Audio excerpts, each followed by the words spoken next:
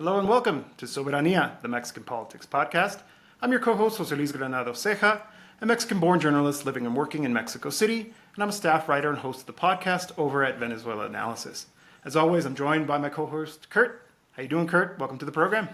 Very well, José Luis. My name is Kurt Hackbarth, writing for Jacobin Magazine in the United States and Sentido Común here in Mexico. Ready for another episode of Soberanía. Excellent.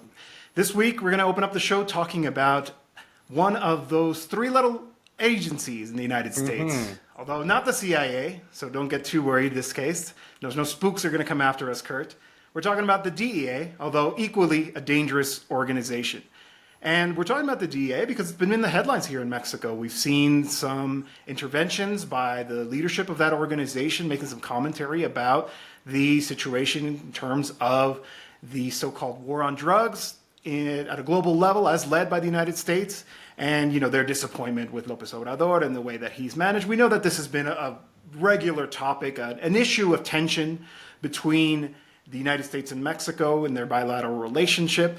And I think it might be worth kind of exploring a little bit about the history. We know that the DEA, the Drug Enforcement Agency, was created in this context of the war on drugs, which was more of an effort to mask this repression, this persecution of racialized people. But obviously, when we're talking about the international dimension, we're talking about an extension of U.S. imperialist power.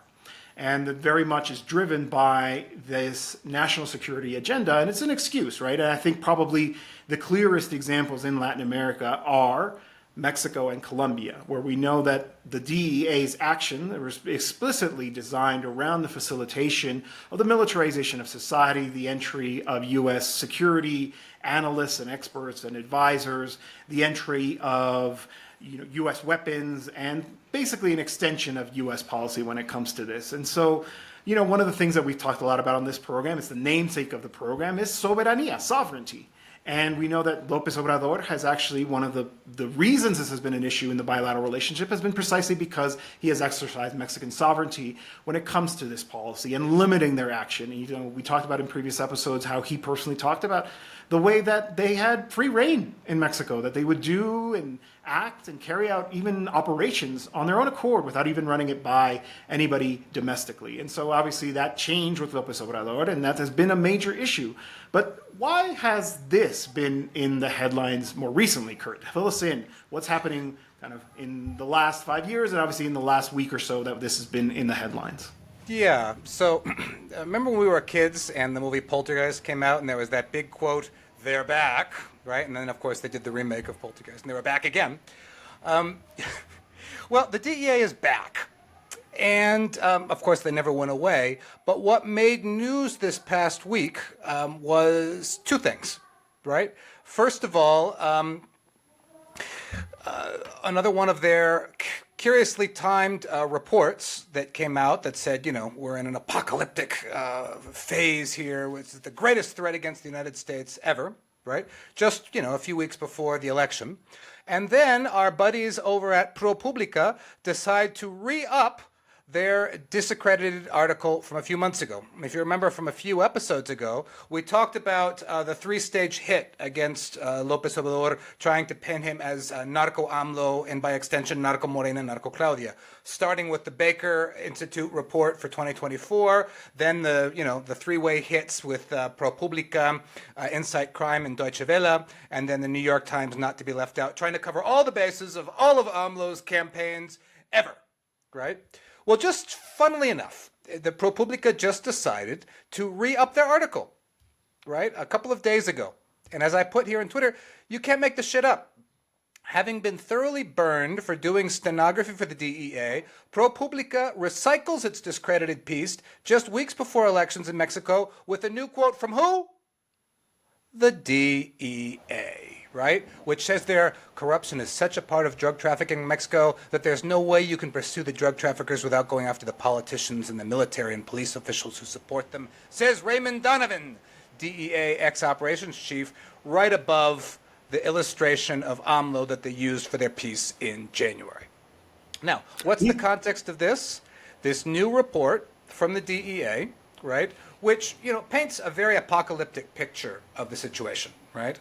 And this builds on what the DEA has been saying, over the course of the past year, right? That combined, the Sinaloa and the Cartel Jalisco Nueva Generación have some 44,800 members, as if they were an army, right? That they have a presence in all the U.S. states, they have a presence in 100 countries. Fentanyl's caused the death of over 100,000 Americans, and on, right? And it's very, very important to analyze this, right? Because what happens is the U.S. press, and of course the Mexican press, simply repeat these things unquestioningly. And as the analyst Carlos Perez Ricard points out, we've talked about him previously on the program, you have to be very skeptical about this, because the DEA is first and foremost a political organization, and their goal is to protect their turf, their budgets, their operations, right? And to intervene in Mexican politics, right? So we had the Baker Institute report saying that Moreno is going to be in cahoots with drug traffickers, with no, evidence to back it up. And then you have this report from the DEA, and as Perez Ricard points out, who are all these 44,000 people? Is it really an active army of people, or is it more a decentralized network of people who have passing and transitory relations with an extended chain of people, right? But what they want to try to make this out is that they're dealing with, an omnipresent and all-powerful rival in order to justify their gung-ho approach to coming in, bang it up, their kingpin strategy, right?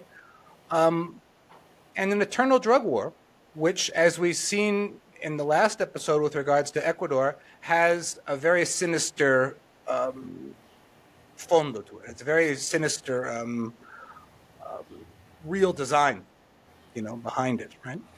And what's interesting is Claudia Sheinbaum, on the campaign trail, pushed back against that this week, right? And she very specifically said, right, let's be careful with these DEA reports that come out sin sustento, she says, without supporting what they're saying necessarily, right? And then she says the one thing the DEA really hates, that the whole drug issue is a public health issue and should be treated as one, right? She wants to adopt a public health paradigm instead of the eternal militarization paradigm of the DEA. Right. And I'm just trying to pull up the video here where she actually talks about that so we can share it with you. This is from a campaign event following coverage of press conference. So we'll go ahead and just run this and we'll translate it for our viewers who perhaps don't understand Spanish. ¿Cuál es el sustento? No es la primera vez que la DEA hace informes que no tienen sustento. La crisis del consumo de fentanilo en los Estados Unidos tiene que verse con un problema de salud pública. So there you have it.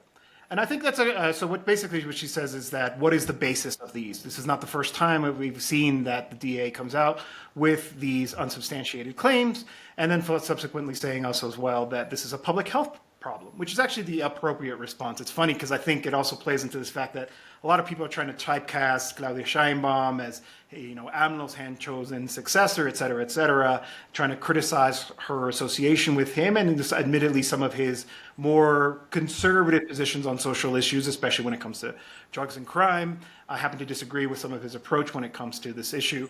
But she says it outright. This is a public health thing. And in fact, if you look at the way that the DEA talks about this, and I think I want to emphasize what you said, that a lot of this is just about kind of protecting their turf. It's about, justifying their obscene budgets. It's about trying to justify their, frankly, contrary to domestic and international law, actions throughout the globe. Yeah. The reason they were kicked out of Bolivia, right? The DEA happens to very much have been widely accused of being in collaboration with organized crime in certain parts of the world, actually facilitating the transfer of drugs for whatever reasons that they do.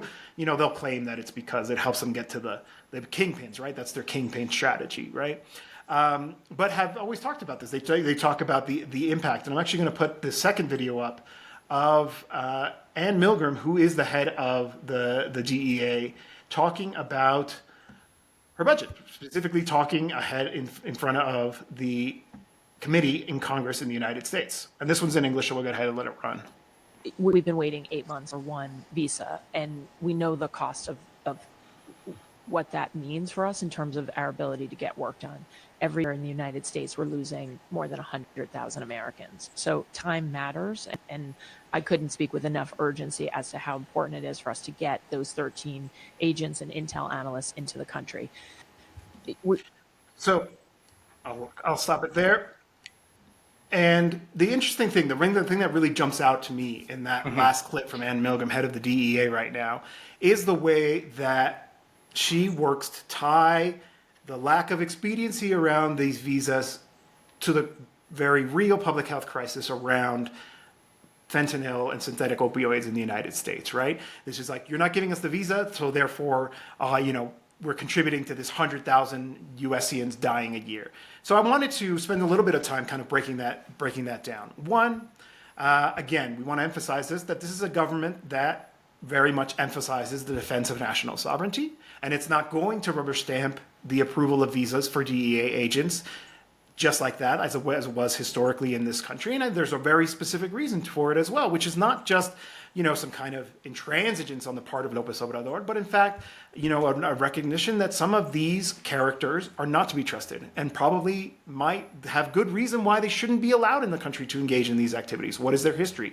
And, there is a process, and that process has to be respected because ultimately they're asking our permission to come into this country, and that's the way it should be. But the fact that she links it to the public health crisis is the part that I find really interesting, and something that kind of contributes to this very dominant right-wing narrative around the issue of synthetic opioids in the United States, which is just that if only we could stop these evil drug cartels, then we wouldn't have this problem. They never stop to consider the demand side of the issue, right? They're focused exclusively on the supply side, that if only we could do something about the entry of these drugs into the United States, and this problem would be over, which obviously, read any peer-reviewed study on drug interdiction, on actually combating addictions as well, and you will find that this will be the conclusion, that mere enforcement is not going to get the job done. It has to be treated, as Claudia Sheinbaum said, as a public health concern. But there is a deliberate link to this, and it actually reminds me a bit of Donald Trump's campaign. Again, I think this is why it's good to remember that these aren't impartial administrators. These are political actors. Yeah. And when you have this kind of language, it feeds into this right-wing narrative, right? That the Mexicans are responsible for the deaths of your kids, of your neighbors, of your family members, your co-workers who are addicted to opioids, and it's all their fault.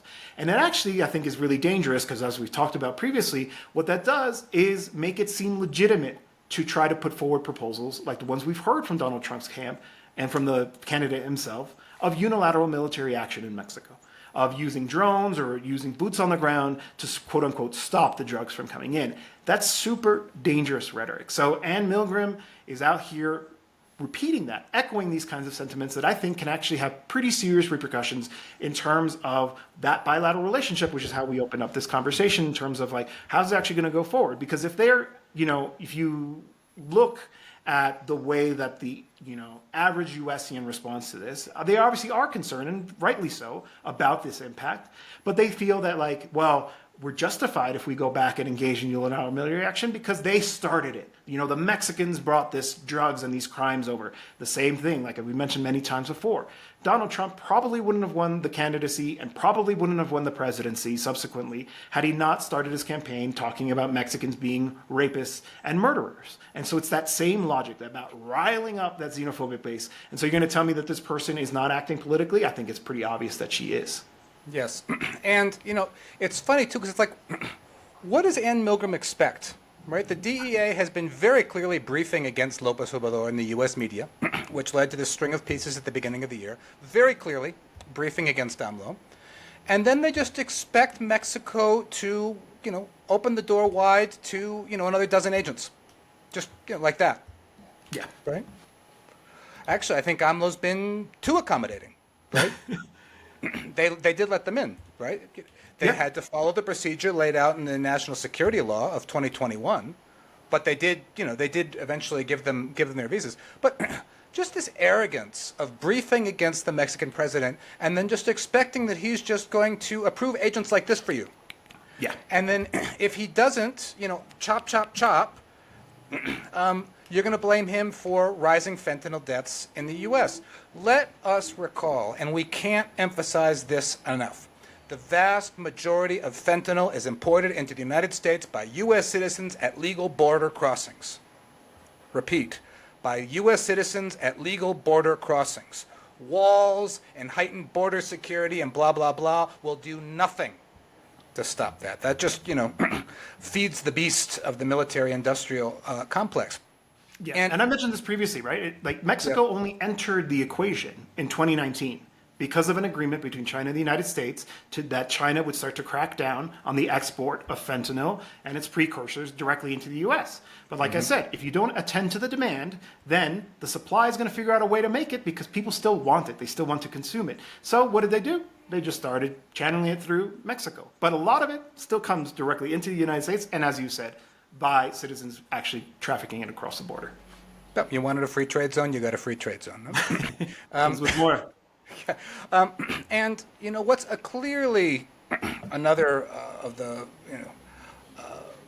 reasons here for what the DEA is doing is they're clearly trying to deflect from the domestic mess. Yeah. Right? Not reported enough, but even Vice magazine, which is pretty much a magazine of house liberalism in the U.S., has admitted that the DEA looks like a total mess right now. Ann Milgram is being investigated for no-bid crony contracts to her New Jersey buddies. Hey, New Jersey. I just had to get that out once. Sorry, New Jersey people. I grew up in the area. Hey, come on. That's the home state of notoriously honest Bob Melendez. I just had to do it once. From her time as Attorney General over there. Right? So she's in her own, hot water there. They say she's a polarizing style, and she's brought in all these outside people, and people are leaving. And of course, we have the case of Nick Palmieri, the former head of the DEA in Mexico, with his lavish taxpayer-funded parties, and winging over to Miami to hang out with defense lawyers for cartel members. Right? They kind of got rid of him very quietly. The Jose Irizarry story about how they had Team America, which was, they were flying drugs around all over the place, again, with the pretext you mentioned, right? We're trying to investigate these supply chains with parties, with yachts, with prostitutes, with going to, expensive sporting matches. This is the DEA. This is the total mess of the DEA. This is the total mess of the DEA right now, right? How can anyone simply repeat, verbatim, their reports as if they were objective? Well, the U.S. corporate media and the Mexican corporate media can do that. And so I go back to what I said at the beginning about, with regards to Perez Ricard, that it's very, very important to analyze, right? Are there 44,000 people in the cartel? What is an actual cartel, right? There's this there's a great book by Osvaldo Zavala, The Cartels Don't Exist. They don't exist in the way that the U.S. imagination is trying to paint them as these, armies that require U.S., intervention and invasion and weapons. I'm not saying there isn't organized crime. I'm not saying it isn't, dangerous and violent. But the U.S. has created an image of cartels in their mind and, according to their soft power in Hollywood and such, that doesn't necessarily correspond to the reality of how organized crime actually operates in Mexico. And they do that to justify their presence here. Let's not forget that Milgram operated this whole, year-and-a-half operation against the Chapitos, the sons of El Chapo, right? Yep. Without saying anything to López Obrador, right? Right, totally trampling over Mexican sovereignty, and this was even after or during the Mexico's new national security law. AMLO was furious, and then she sits there and whines that Mexico takes longer to, approve their agents. Mexico se pasa de buena gente. Mexico's still being too accommodating, I think. Still being too accommodating on this. I agree. Right? I agree. I honestly think they should go the Bolivia route, which is just expel them. Get them out. Well, obviously, there would be repercussions. I imagine it's part of a broader kind of approach when it comes to the bilateral relationship, which is that okay, we'll continue to cooperate on this because it's obviously a domestic priority for both the Republicans and the Democrats, and so they continue. But I agree. I think if you were to ask me what direction we should go, we should expel them. And I wanted to jump back to the piece around ProPublica, because I think it's quite extraordinary how they are so willing, despite saying that they're an adversarial journalism, or I'm not quite sure what language they use about streaking truth to power, et cetera, et cetera. The moral voice, or something to that effect, right? Something like that, right? And yet they go back once and again and again and again, and even let the DEA help them edit their pieces, as they openly, brazenly admitted to when it came to this piece. The fact that they're just treated, I think, speaks poorly of ProPublica. But actually, in fact, if anything, actually reveals a little bit more. And we have this tweet up here on the screen from Ben Norton. Follow Ben Norton as well, doing excellent coverage of geopolitical issues, particularly those involving the global north and the global south.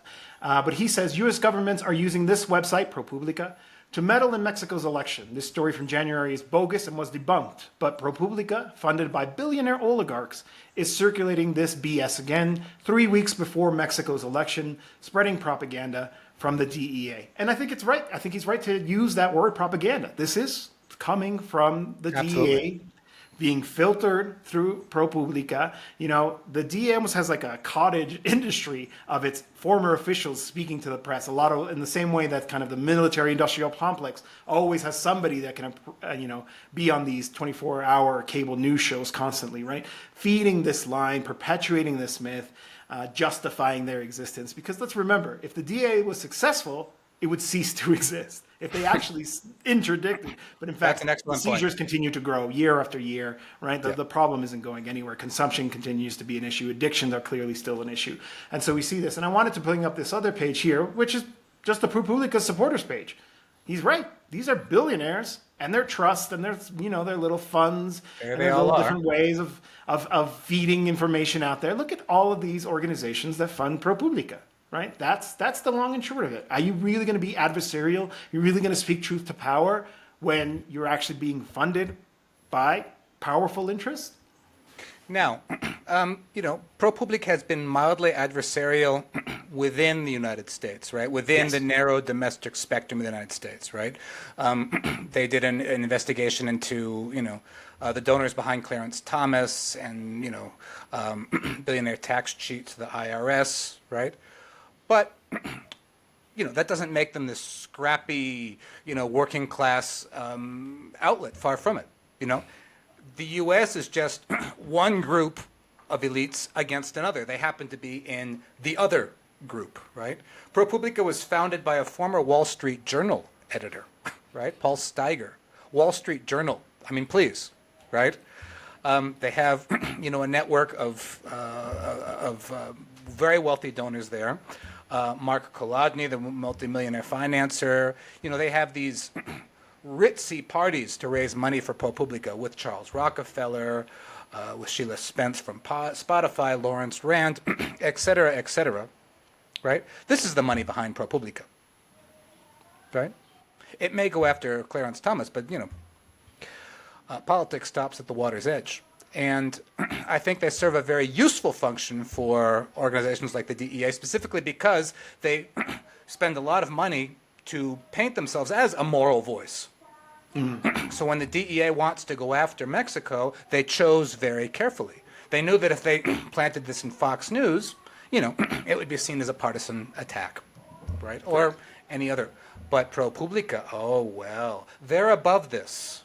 They're above this. Of course, they're not, but they spend a lot of money trying to convince people that they are. So they're very useful for the DEA. Mm-hmm.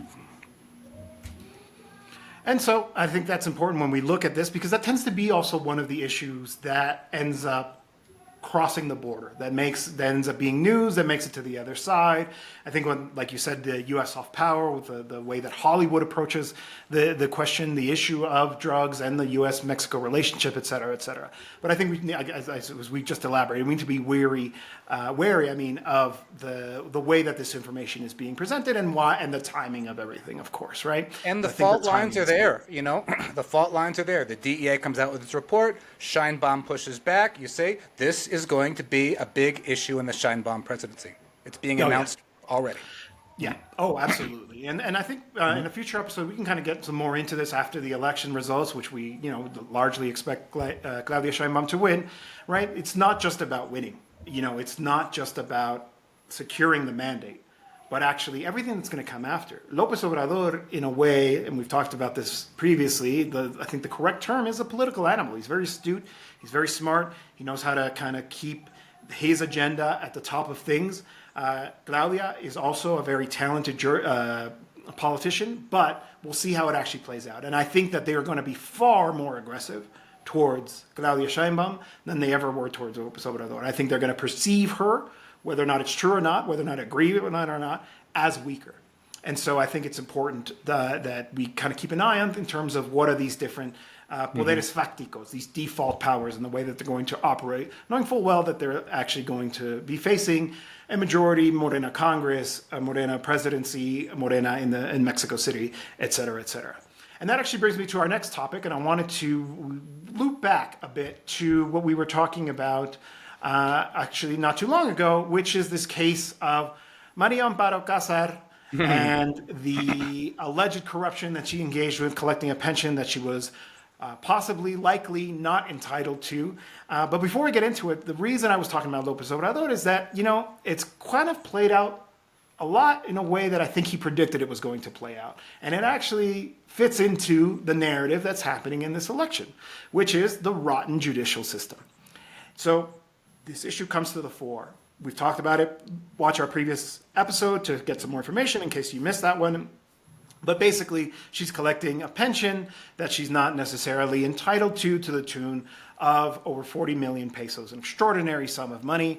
And of course, being the powerful person that she is, the well-connected political person that she is, she's now portraying herself as the victim, as someone who's suffering under the heel of this authoritarian president. How dare he expose this information and try to take away. She's now going that like, it can't be corruption if this is a right. I'm entitled. This is my right to this pension. Debatable. But the interesting thing is, of course, what did she go?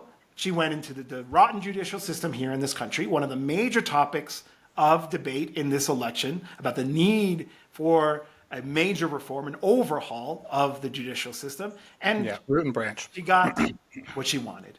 She gets a judge to give her back her pension. Isn't that something? And how quickly, right?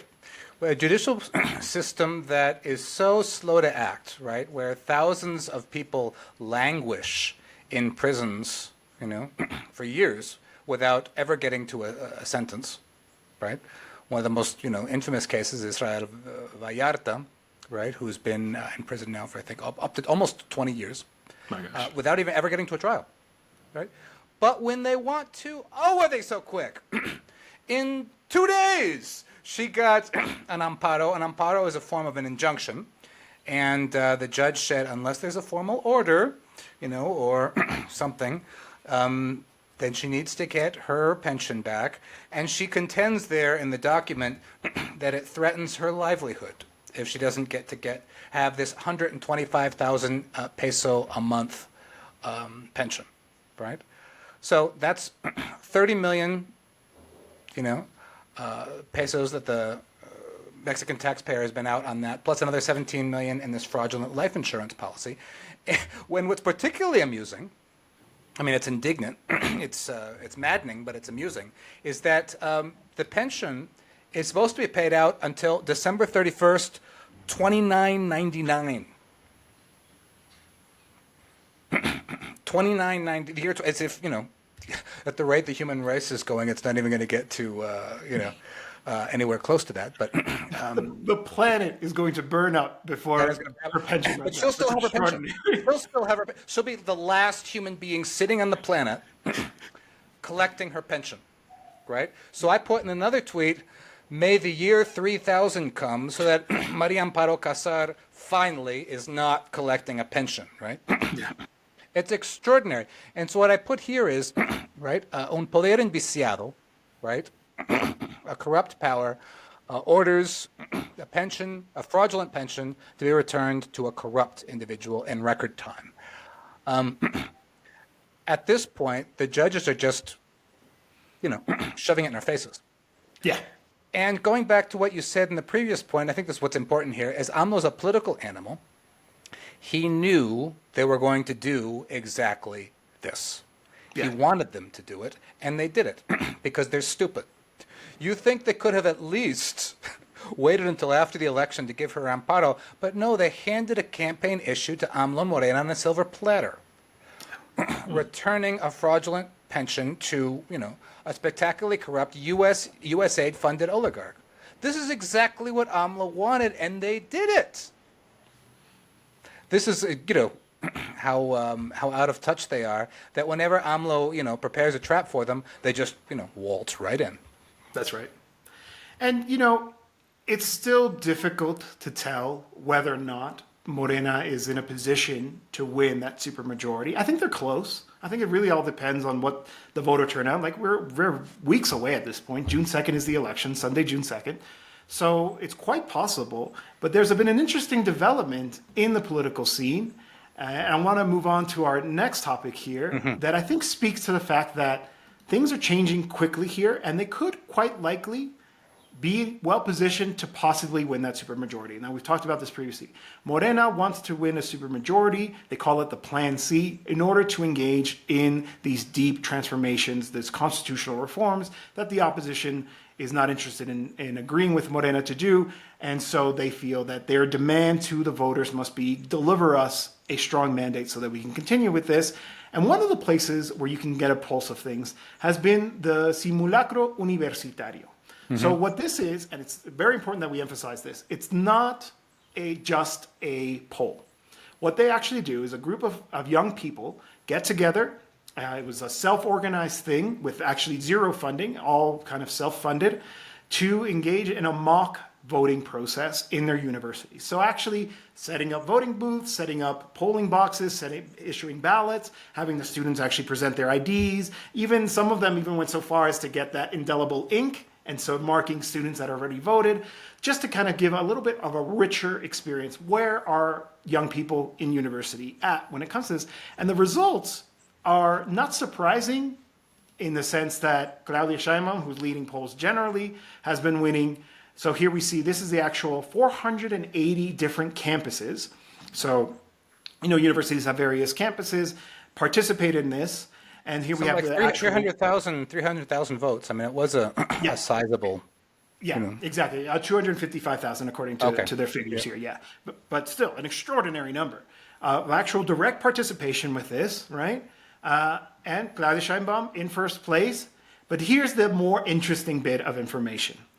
Jorge Álvarez Mañez, we've briefly talked about. He's the third-party candidate, kind of presents himself as being, coming from a social democratic, progressive, although it's a very complicated party. I think it many times presents itself as progressive, but ultimately in power has actually been quite a conservative political force.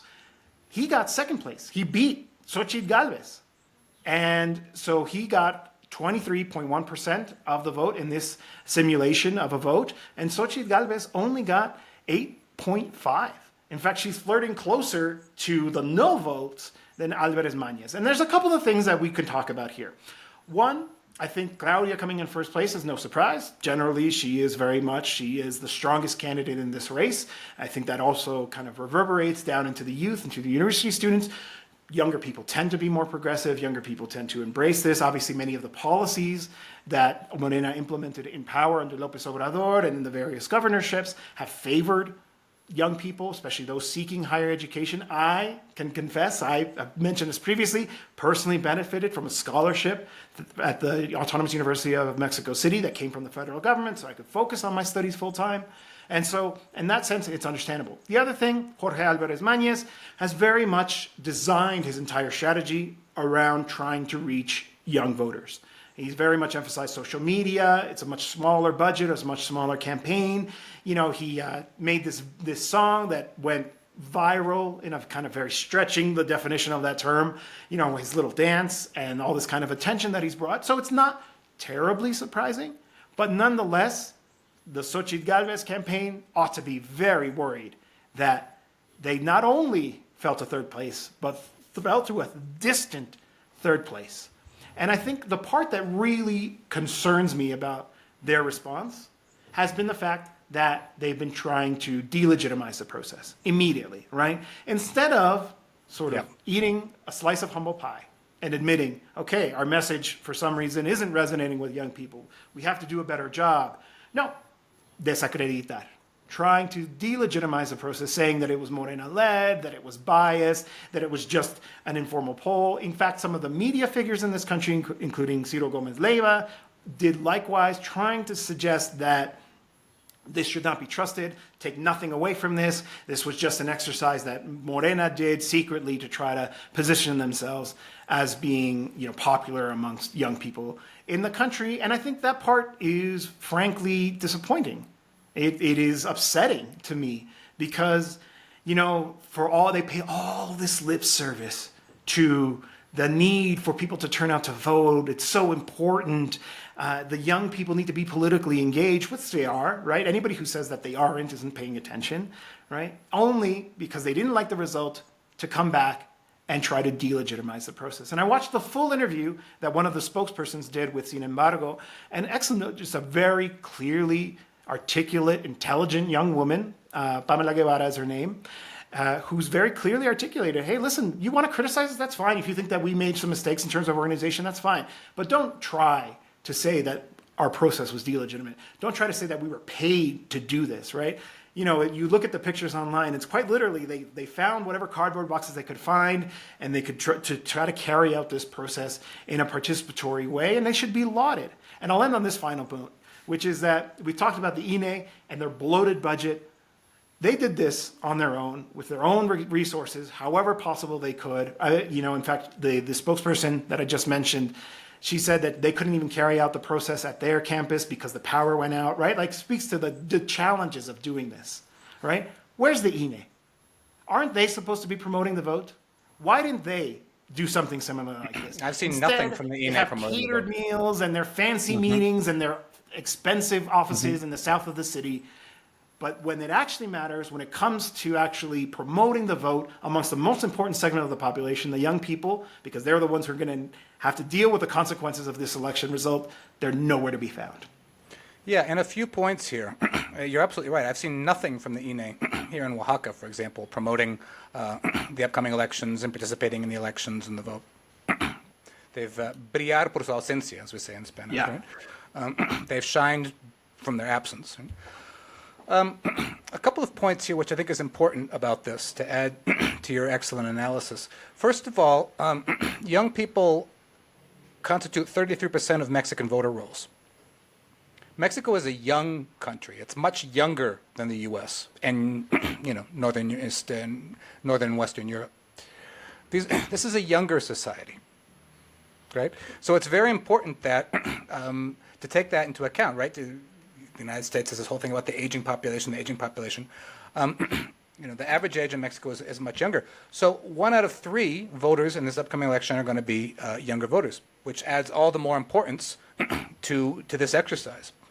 Another point is the point about Mañez, right? He contends, and of course they would contend this, that their party, Movimiento Ciudadano, is ahead in 20 states. Not ahead, I'm sorry, but ahead of Xochitl Gálvez in 20 states. Right. Ahead in the race for second place, right? Yeah. Now, I think that's probably an exaggeration, but we know they're ahead in some because we've seen some polls, right? Like Nuevo León, like Jalisco, whatever else. And this is why the Xochitl camp is so concerned that the bottom could drop out of their campaign. And it could if, young voters abandon them completely. And you can understand why. Xochitl Gálvez has nothing to say to young voters.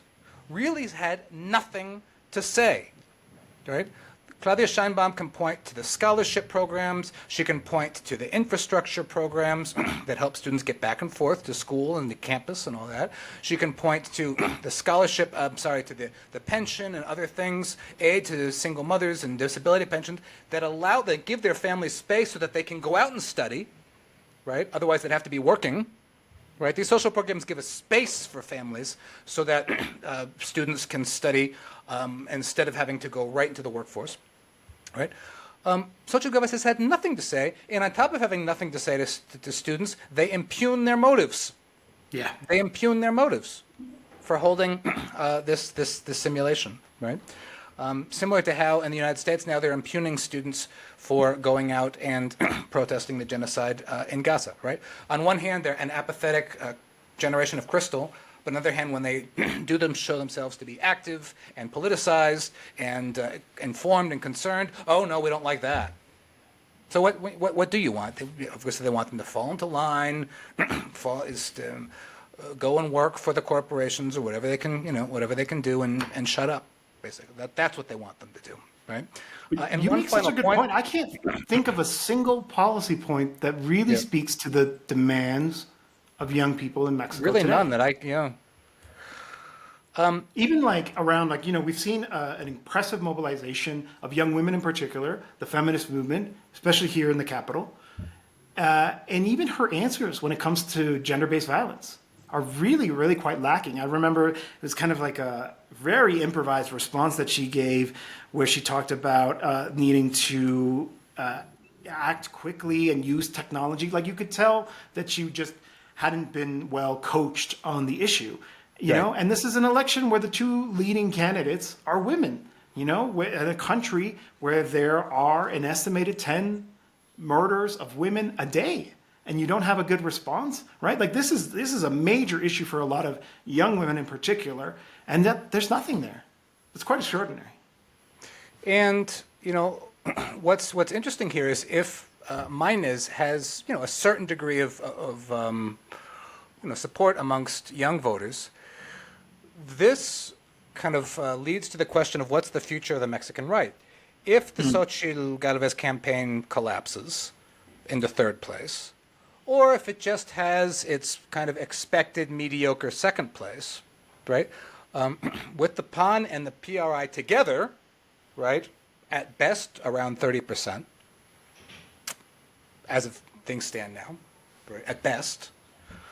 What's the future for the Mexican right?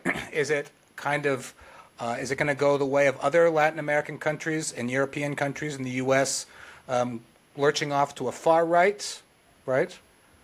Kind of a Verástegui or a Salinas Pliego far right kind of idea?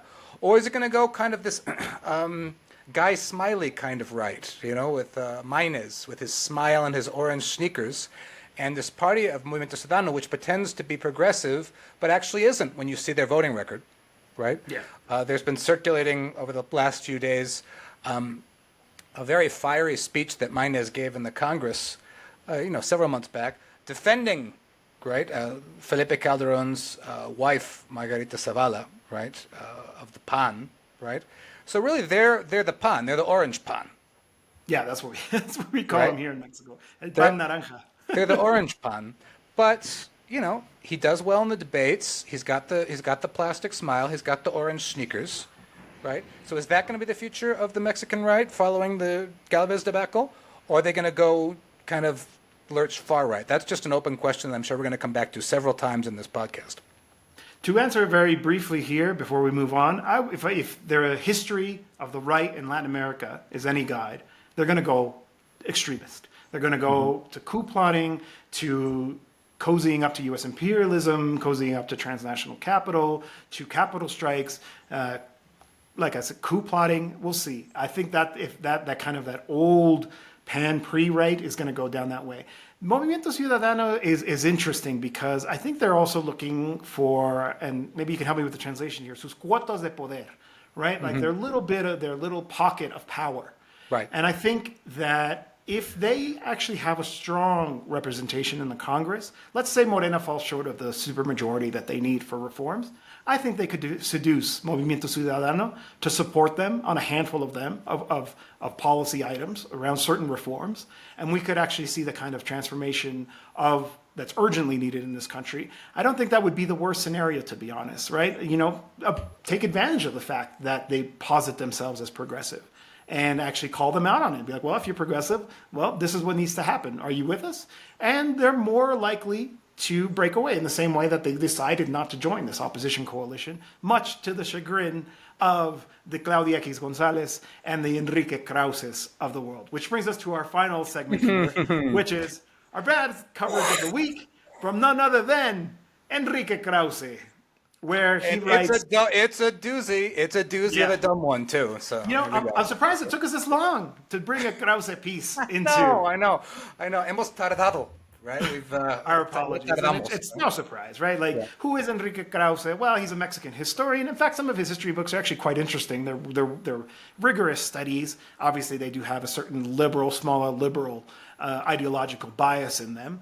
But obviously, in these later years, he's dedicated himself to an anti-AMLO project. Specifically, even around the last election, he was one of the key forces around Operación Berlin, which was this very kind of covert effort to plant stories in the press, to put forward this rhetoric that he's a danger for Mexico, kind of recycling that slogan from the 2006 campaign against López Obrador. And so he's very much a political actor. Tropical Messiahs. That was Krauze's. Tropical Messiah. That was him in 2006. Line, yeah. Mm-hmm. He's been attending these fake AstroTurf mobilization, supposedly defending democracy. But as we talked about last week, ultimately our campaign rallies in favor of the opposition. That's now been made clear as day now that the opposition is actually going to participate in them. It'd be interesting to break that down after next Sunday as well. But we have this article from him, which is just basically that same narrative. Mexican democracy hangs in the balance. Right, this is in the Financial Times, right? Of all places, right? Yeah. And we'll read the lead here real quickly, right? If you're concerned by the fate of American democracy, now almost 250 years old, imagine the restless nights experienced by those of us witnessing the straits in which Mexico's fledgling democracy, only founded in 2000, finds itself. The causes for concern are strikingly similar. Mexico's outgoing leader, Andrés Manuel López Obrador, known as AMLO, and Donald Trump, who could return to office in the U.S. in November, may differ ideologically, but their populist tendencies are eerily alike. Both are experts at sowing division, and both show contempt for the rule of law. The U.S. presidential election takes place in November, while Mexicans go to the polls this June. Trump, the Republican nominee, will be on the ballot. López Obrador will not. But the latter's chosen successor, Claudia Sheinbaum, will, and she has promised to follow his program to the letter.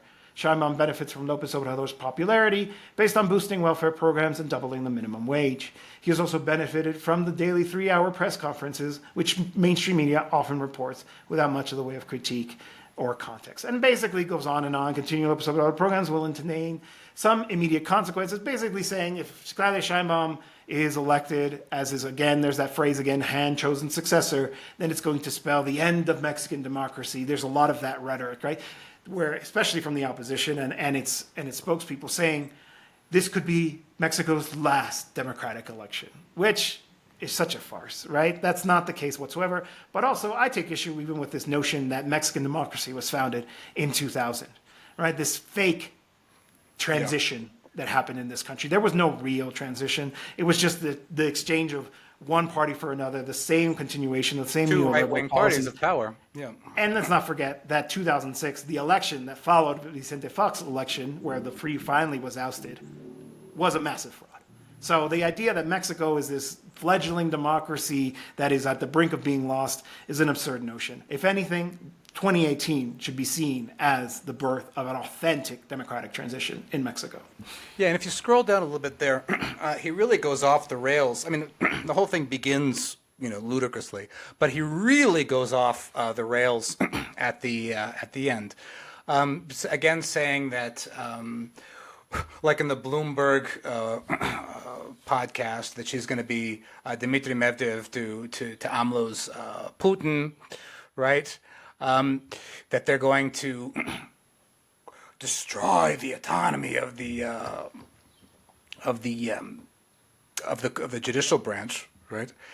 And then he goes into this idea that Xochitl Galvez is a strong candidate. I'm like, what are you smoking, man? Really? She's a strong candidate? They could have tried to play that fiction off in July of last year, right? When nobody knew her. But to say now that she's a strong candidate when she's proven to be a gaffe-prone danger to herself on the campaign trail is really amusing. And then he goes into this kind of scenario at the end where she could actually win. I mean, these people are really in another world, right? This idea that Morena would go out and cry fraud, right? Days of uncertainty and turbulence, right? And then Mexico would slip into dictatorship like it did after the Benito Juarez years and after Madero was killed at the beginning of the Mexican Revolution, right? It almost feels like this was written months ago when there was still like even he just a faint recycled it. hope. Yeah, that even this it's quite funny. Even if she wins by a small margin, it's a virtual certainty that Morena and its allies, with the outgoing president in the lead, will cry fraud and take to the streets demanding the election be annulled. That is so far off from even being remotely possible that it's absurd that this ink has been put to paper. I get maybe at the beginning of the campaign, that was their narrative to try to cry fraud later, like right? back in summer of last year. Yeah. I mean, she's quite literally now in a very real danger of falling to third. I would love that to be the scenario, to be honest, but It'd be funny. I don't think that'll happen. I think there's still enough of a machine there behind her to be able to compel enough people to save her campaign. But, I mean, like you said, Krauze lives on a different planet if he thinks that anything he writes here is even within the realm of possibility. And I think it's just important to close with because, we in Mexico know who Enrique Krauze is, the House historian of power and a person who's lived off of the government budget for decades, right? And, he's spawned to the world his fail son, Leon, who is now, an anchor in, Spanish language media in the U.S. But for those, those of our viewers in the U.S. who don't know who Krauze is, let's pull up this piece in Contralinea, which spells it out all the more explicitly, right? Krauze, besides being the House historian, still has, a magazine for years called Letras Libres, and a publishing house called Clio, right? Which benefited from very generous governmental largesse over previous governments, right? And then, of course, there's the magazine Nexos by Héctor Aguilar Camín, who has the amusing nickname Héctor Oligarcamín, right? by palling around with the oligarchy. And if you just go down here a little bit, these initiatives pulled in some 415 million pesos over the previous two governments before López Obrador. And what was the mechanism? Well, the federal government would buy the magazines.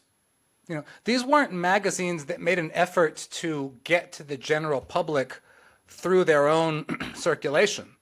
Like, for example, a magazine like Proceso did in its time, right? Proceso, did its own work to get out to the public, and people would go out and buy Proceso, right? Less now, right? But these were, house magazines. So what it says here is Letras Libres. The government would buy 8,000 of these magazines every month, together with books and services from Krauze's publishing house, documentaries, very favorable documentaries to power, right? At the same time, Aguilar Camín, interestingly, Aguilar Camín was the person who was helping Maria Amparo Casar help her to try to doctor the documents so she could get a fraudulent pension. You see, it's all a big club and you're not in it. Aguilar Camín was the guy who accompanied Maria Amparo Casar to the Mexico City Attorney General to try to get him to, doctor the documents, right? And, Nexos would get 7,000 issues of its magazine purchased, together with training courses and la la la and la la la. There's a famous letter where Aguilar Camín was saying he'd run out of money. So he was asking Salinas de Gortari, President Salinas, for just, you can hit me up a little bit. Right? I'm pretty sure he did, too. And he did. Imagine, you can write a personal letter to the president, and the president is going to hand you some money. Boy, gosh, I wish we could get that for this program. Hola, Pasa Obrador. Let's write him a letter, see if maybe we can help fund Soberanía. No, we wouldn't take it. We're not chayoteros. And it's funny because, this is something that they never mention in the U.S. press. Who are these people? Who is Enrique Krauze writing these op-eds for these magazines and media? Well, it would be interesting to know that he's been subsidized by power for decades. It would be good to know that, right? It would be good to know who Aguilar Camín is. It would be good to know who Leon Krauze, Enrique Jr. is. And that's part of, why we have this podcast. So you know who these voices are that the U.S. doesn't want you to know. They want you to think that they're objective voices, just, giving their objective, concerned analysis about the dire state of Mexican democracy. No. They're upset because nobody's buying from the federal government their 8,000 issues of their magazine a month. That's what they're upset about, right? It's like Maria Amparo Casar. They can't live with that $100,000 pension. So they can't live without the government buying their magazines. However, will they pay their mortgages and their expensive health insurance premiums and et cetera, et cetera, et cetera. But I do think it's also worth noting that they're ideologically committed to this notion of liberal democracy, of a managed democracy, where the masses, if they dare to erupt onto the stage, need to be put back into their place. No, we'll run this country for you. We know what's best for you. I think there's also a profound ideological commitment to that as well. Well, that brings us to the end of another episode of Soberanía, the Mexican Politics Podcast.